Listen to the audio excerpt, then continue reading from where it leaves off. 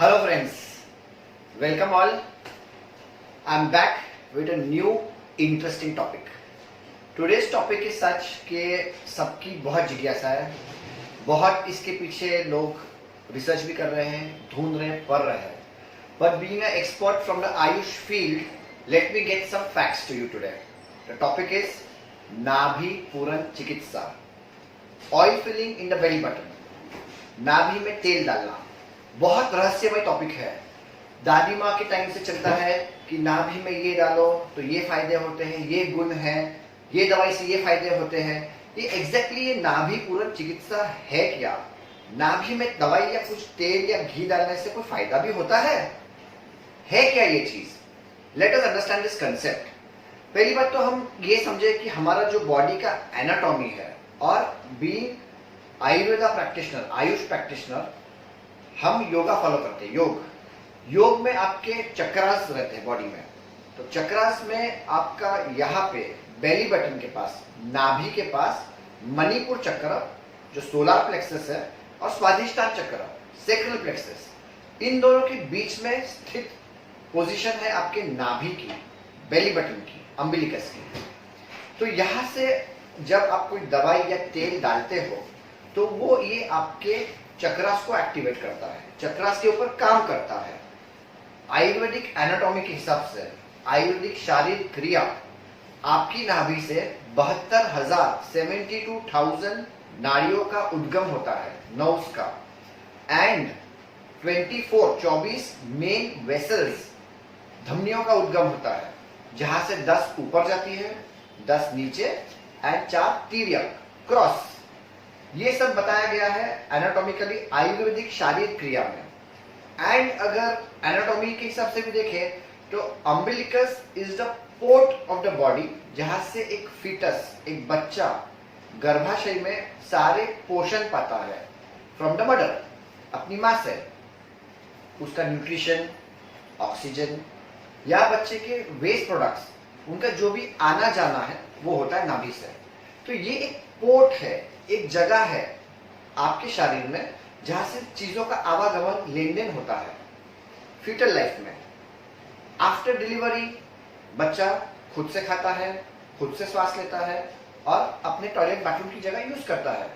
तो ये काम की जगह नहीं रहती है पैदा होने के बाद, डिलीवरी के बाद. इसके लिए ये छिद्र काट के, नाल को काट के बंद कर दिया जाता है और नाभि का फॉर्मेशन होता है.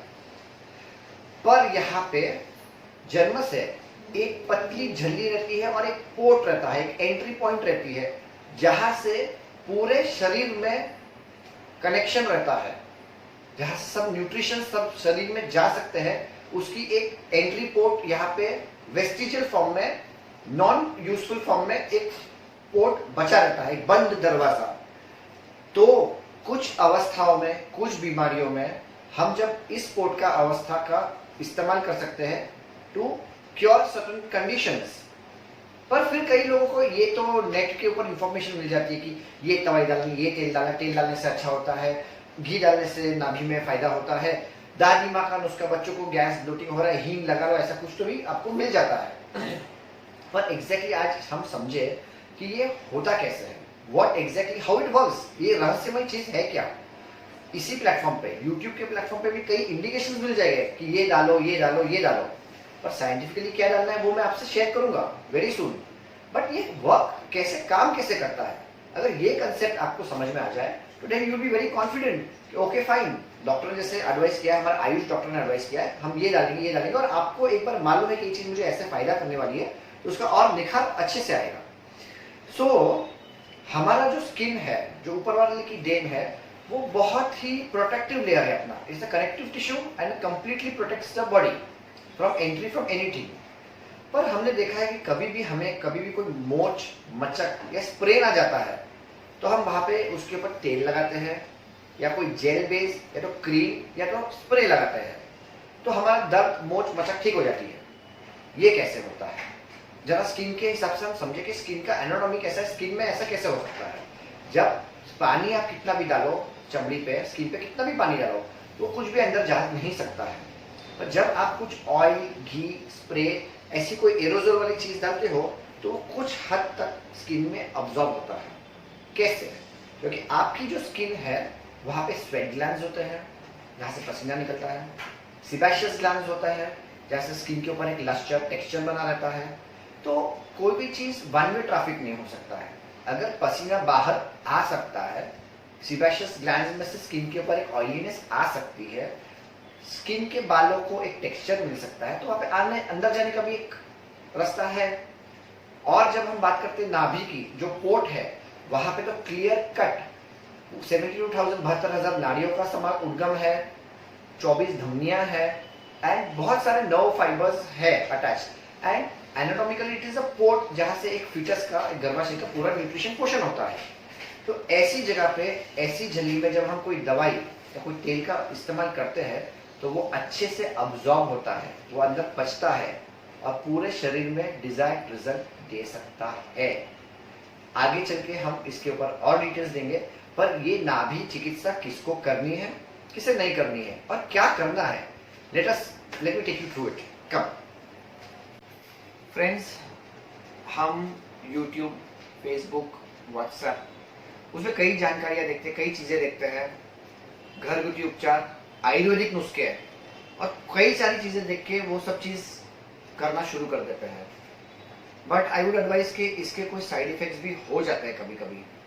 आयुर्वेद है, नेचुरल है, सेफ है तो अच्छा दूध भी, तो क्या 10 लीटर दूध एक साथ में पी ले? तो यहाँ पे कुछ चीजों का हमें ध्यान रखना है। हालांकि नाभि पूरण है, सिर्फ एक्सटर्नल है, वेरी सेफ, वेरी इफेक्टिव, कोई भी कर सकता है, but there are certain conditions या certain points way you are not suppose to do it. तो first we need to understand ये किसे करना है, किसे नहीं करना है। 99% सभी लोग इसको सेफली, इफेक्टिवली कर सकते हैं, पर कौन सी ऐसी कंडीशन है जहाँ पे इसको नहीं करना है, या तो आपको डॉक्टर से सलाह लेना, आपके आयुष डॉक्टर से एक बार, आपको नेचुरोपैथ से एक बार बात करके फिर ये करना है।